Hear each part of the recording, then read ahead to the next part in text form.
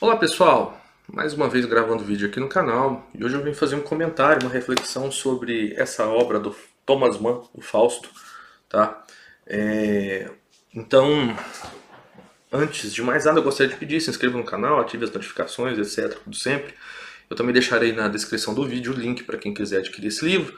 Vou deixar o link de uma live que eu fiz sobre a Montanha Mágica há uns anos atrás, sobre o Thomas Mann. Tá? E aqui eu diria assim, qual seria a mensagem do Thomas Mann? Uma das mensagens do Thomas Mann nesse livro Fausto. Então, bom, ah, o crítico literário Otto Maria Carpo diz que o Thomas Mann era o maior escritor de segunda categoria. Né? Ele não inclui o Thomas Mann né, um dos grandes, digamos assim, escritores. Eu discordo do Otto Maria Carpo. O Thomas Mann, ele é um cara de difícil leitura, né? Por ser prolixo, né? Às vezes monótono, mas as obras do Thomas Mann, elas trazem mensagens não só para a época nas quais elas foram escritas, mas também para outras épocas, né? Tanto que o professor José Munir Nasser coloca na sua lista de 100 livros duas obras do Thomas Mann, que é A Montanha Mágica e o Dr. Fausto. Então eu prefiro seguir o professor José Munir Nasser nesse aspecto. Tá? E aqui já vou enfatizar, eu não vou fazer uma resenha da história do livro. Eu vou fazer um comentário de um trecho específico, curto desse livro, considerando a atualidade. Bom, como eu disse, as obras do Thomas Mann, elas têm uma característica da época em que elas foram escritas, mas elas trazem várias outras mensagens. Né? Nós temos que lembrar que quando esse livro é escrito, a Alemanha está passando pela Segunda Guerra Mundial, naquele período ali, um período conturbado, né? E onde não só o Thomas Mann, mas vários outros escritores já estavam percebendo a tendência à degeneração causada pela arte. Né? E, em especial, eu vou citar um livro aqui, que eu tenho um outro vídeo aqui no canal sobre ele, que é A Sagração da Primavera, do Modris Eckenstein. Tá? Esse livro, o Modris Eckenstein, ele vai dizer que a Primeira Guerra Mundial era previsível, que bastava olhar o que estava acontecendo nas artes naquele período. E o nome da Sagração da Primavera vem justamente porque o Stravinsky tinha uma obra tem uma obra que se chama A Sagração da Primavera e que ele considera o maior indício. E ele vai fazer a análise só não da obra da Sagração da Primavera, mas ele vai falar também do balé, dos espetáculos que estavam sendo produzidos até então ali na Europa e que isso era previsível. Né? O Thomas Mann, então, aqui, como a história do Fausto é sempre uma releitura, porque a história do Fausto ela precede inclusive o Fausto do Goethe, é a história, no caso aqui, de um compositor que vende a sua alma para o diabo. Né? Ele passa por todo um percurso, vai estudar teologia, enfim, mas ele quer ganhar essa notoriedade, ele busca essa notoriedade dentro do ambiente musical. E como eu disse em vídeos anteriores, em lives anteriores, a importância da música ela tem uma influência direta na psique humana. Isso é óbvio, eu estou falando isso aqui no canal. E Platão já sabia disso há 2400 anos atrás. E aí as pessoas ficam chocadas com os fatos que estão acontecendo atualmente, de descobrirem abusos que são causados por produtores de música, e a música é usada como instrumento para estupidificação das massas, etc. Só vocês assistirem os vídeos anteriores que vocês vão observar. Até porque eu faço uma crítica de um professor brasileiro da Berkeley que tenta transformar tudo em dinheiro. Então a música perde a sua arte e é mais uma característica disso, né? De ignorar tudo que tem por trás da influência musical e transformar ela num produto vendável, que é justamente o que os produtores musicais fazem. Enfim, é difícil você encontrar ainda arte dentro da música. Então, aqui, em um determinado momento, então, o Sereno Zeitblum é quem escreve a biografia do Adrian Levitin, né, que é amigo, né, e alguns vão dizer que é um duplo do Adrian. O Serenus é um duplo, seria a parte, seria como se fosse um Dionísio e Apolo, né, Dionísio sendo o Levitin, e o sereno ser na parte apolínea da personalidade, né? Mas isso não fica claro, tá? Isso é uma tese que você tem sobre a questão dele ser um duplo.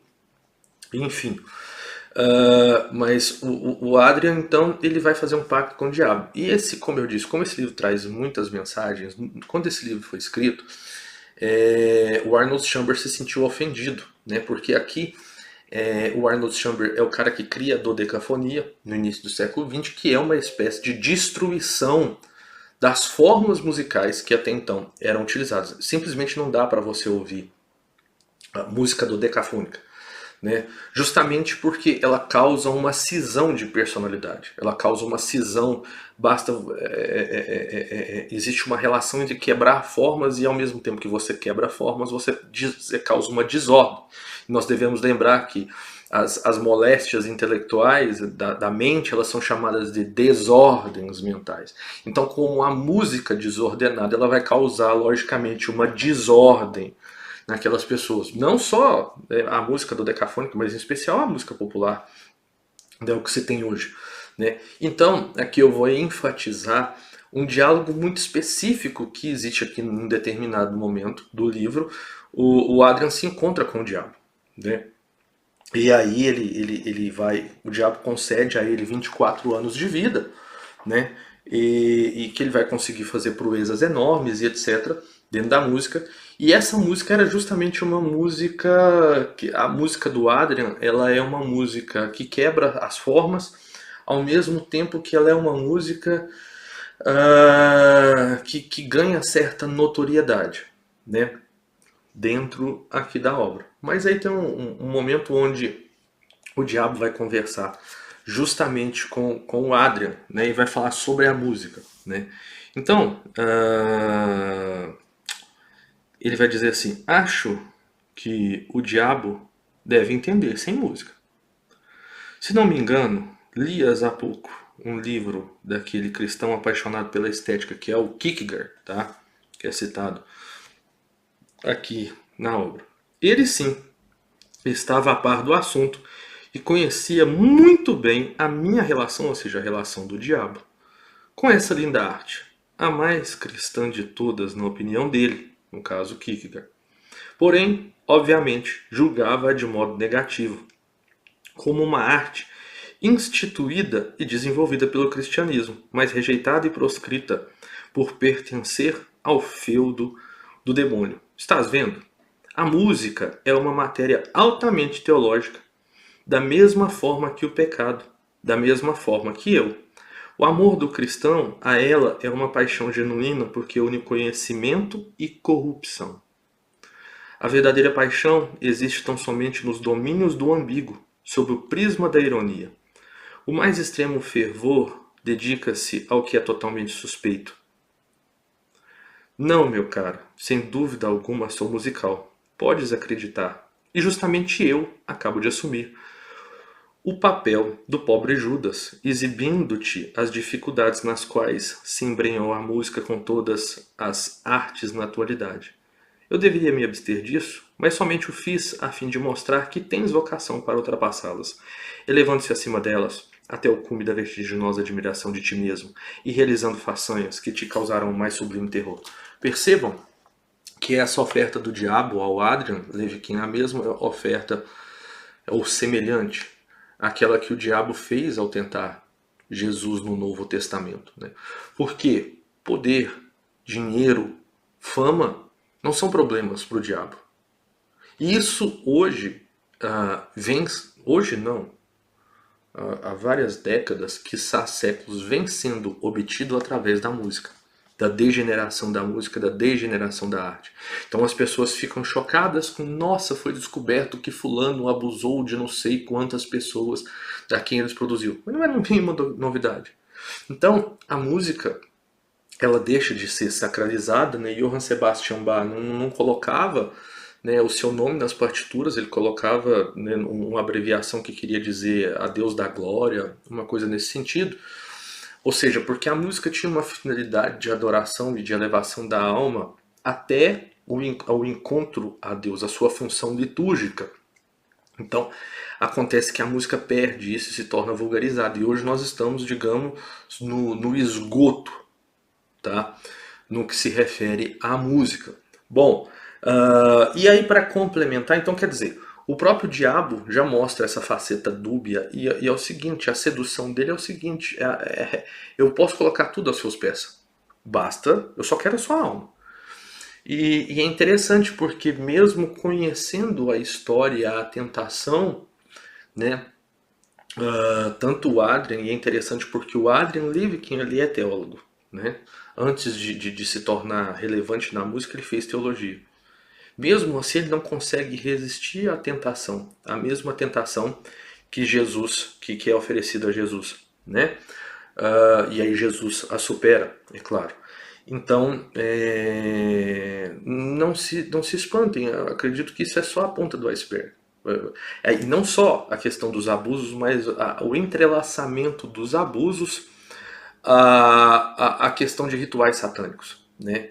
Se vocês pesquisarem aí, vocês vão ver que vários artistas, vamos falar assim, eles foram influenciados por uma mentora intelectual. Se vocês observarem assim, os artistas dos últimos tempos participando de rituais iniciáticos, né? Pesquisem um pouco sobre esse aspecto que vocês vão descobrir essa artista, para que eu não cite nenhum nome aí e não tenha problemas aqui também no YouTube. Aqui tem uma obra, um trecho que está nesse volume da música, tá? do Instituto Hugo de São Vítor, que vai dizer o seguinte. É um trecho de um opúsculo do Boécio. Daí resulta que, das 4 disciplinas matemáticas, a música está associada apenas à especulação, mas também à moral, enquanto as demais são precisamente dedicadas à busca da verdade. Daí então, um parágrafo abaixo, percebemos Platão não ter dito em vão que a alma do mundo foi unida segundo uma harmonia musical. Portanto, quando o nosso interior é coeso e está ajustado convenientemente, percebemos o que está ajustado de forma exata e convenientemente nos próprios sons, e com isso nos deleitamos. Também por comprovar que nós mesmos somos regidos por esta mesma semelhança. Semelhança a qual é, sem dúvida, agradável, sendo a dessemelhança logo odiosa e repulsiva. E é justamente isso que é feito, uma das coisas que é feito pela música, que começou, vamos falar assim, se é que começou, mas que tem o seu marco ali no dodecafonismo. Assim, surgem as mais notáveis transformações, inclusive os comportamentos, um ânimo lascivo, ou se compraz com modos mais lascivos, ou ao ouvi-los com frequência amolece e se corrompe. Ao contrário, mentes mais rudes ou se comprazem com modos mais incitados, ou se endurece com eles. E é por isso também que designam os modos musicais por nomes de povos, como eu disse, né, num vídeo anterior, o modo lídio, o modo frígio, entre outros. Com efeito, também deste modo, uma maneira em que se compraz cada povo o designa, pois o povo se compraz com os modos semelhantes aos seus costumes. E essa relação já vem desde a Grécia Antiga. E aí, mais alguns trechos aqui. Com efeito, é conhecimento comum que frequentemente uma canção refreou iras, né? Então, nós temos o exemplo do rei Davi, e que muitas maravilhas fez nas disposições dos corpos e das almas. Quem desconhece que Pitágoras, cantando, respondeu, tornou mais sossegado o dono de si, um jovem ébrio, Taormina, que havia se excitado pelo som do modo frígio. Nessa ocasião, uma prostituta havia se trancado na casa de um rival e um jovem furioso queria incendiar a casa. Pitágoras, segundo seu costume, estava examinando o curso noturno das estrelas e quando percebeu que o jovem, excitado pelo som do modo frígio, mesmo com muitos conselhos dos amigos, não queria desistir do seu feito, ordenou a trocar o modo e assim aplacou o ânimo do jovem enfurecido até o estado da mente muito pacífico. E aí vai falar de Marco Túlio no livro De Concili Suis. Enfim, eu acho que ficou claro aqui, né, esse paralelo entre a mensagem do Thomas Mann, uma das mensagens do Thomas Mann, que está no livro do Fausto, essa probabilidade da corrupção, esse flertar com a corrupção e essa tentação que geralmente o diabo oferece, em especial, não unicamente, mas especialmente com relação à música. Então não se assustem, tá? Já, digamos assim, já estava tudo escrito, vamos falar assim. como dizia o Renato Russo, quais são as palavras que nunca foram ditas. Então, esse conhecimento está aí e está sendo utilizado por pessoas que dominam muito bem essa arte para conseguir as finalidades que eles querem, né? E aí, quem que está vencendo essa batalha, né? Bom, espero que vocês tenham gostado. Um abraço e até a próxima.